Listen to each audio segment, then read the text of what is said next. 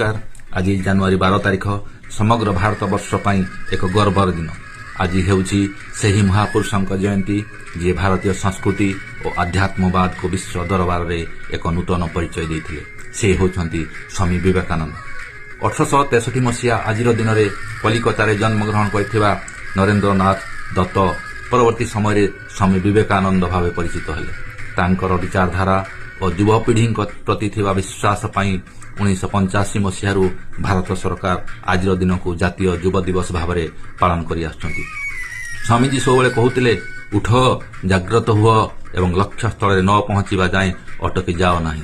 आज युव समाज पई यह केवल एक वाक्य नुह बरं जीवन जीवार एक मंत्र।